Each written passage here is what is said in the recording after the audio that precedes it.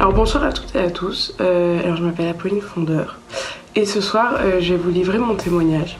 Donc je suis française et j'ai fait donc quasiment 12 ans d'escrime et j'ai fait du sport de haut niveau pendant à peu près 6 ans. 17 heures d'escrime par semaine et j'étais tous les week-ends en compétition.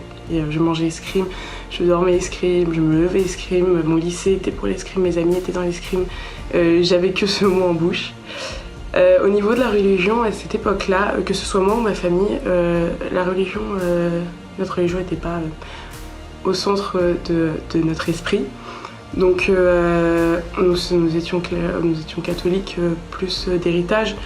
Et j'ai tout sacrifié pour l'escrime, que ce soit mes amis, ma famille et surtout ma santé. Et donc pour la santé, j'ai commencé à avoir des douleurs de genoux, jusqu'à devenir des grosses douleurs qui m'ont un peu pourri la vie. À force d'entraînement, je ne pouvais plus marcher, je ne pouvais plus courir, je ne pouvais pas rester longtemps debout, pas rester longtemps assis, je ne pouvais pas me mettre à genoux, pas me mettre accroupi. Monter des marches était impossible pour moi. Je ne savais plus quoi faire. Et j'ai vu de nombreux médecins, j'ai vu 6 kinés différents, j'ai vu des chirurgiens, j'ai vu des acupuncteurs. Et j'ai eu tout le temps cette phrase qu'on m'a retournée à la figure de « on a tout essayé pour vous, mademoiselle, il va falloir aller voir un autre médecin parce qu'on n'a pas de solution pour vous ». Et j'ai commencé à me résigner, à me faire une raison en me disant « de toutes les manières, tant pis Apolline, t'as 16 ans. Tu vas finir ta vie en ayant mal, le but c'est d'essayer de te refaire remarcher, ce serait le minimum qu'on puisse faire ».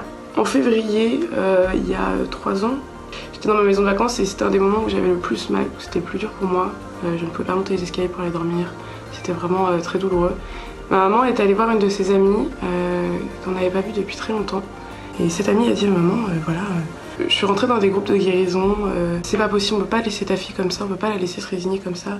Fais-la venir à la maison, on va voir ce qu'on peut faire. Je vais la voir, je me dis, de toute façon c'est la dernière solution, j'avais quand même un espoir parce que je me dis, si ça fonctionne pas, rien ne fonctionnera de toute façon.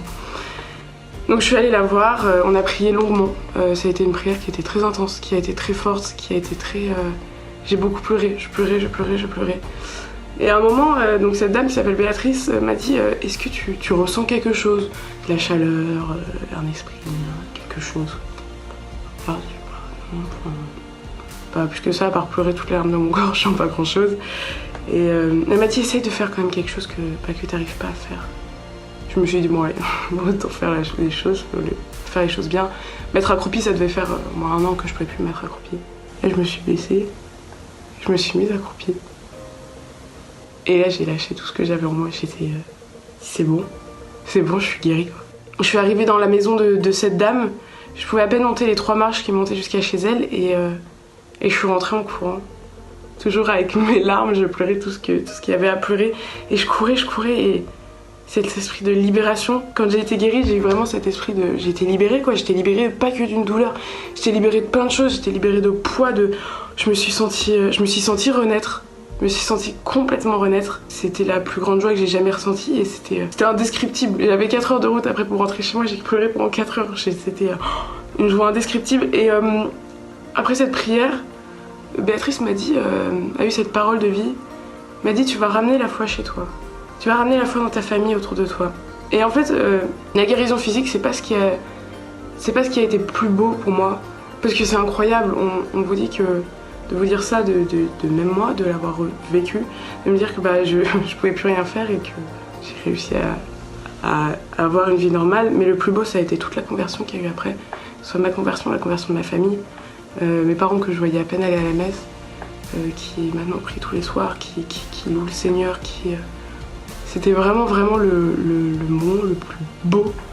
Le plus beau dans cette guérison, ça a été vraiment la conversion et pas spécialement la guérison physique. Et tout l'espoir, le feu qui est revenu brûler dans le cœur de chacune des personnes entre nous.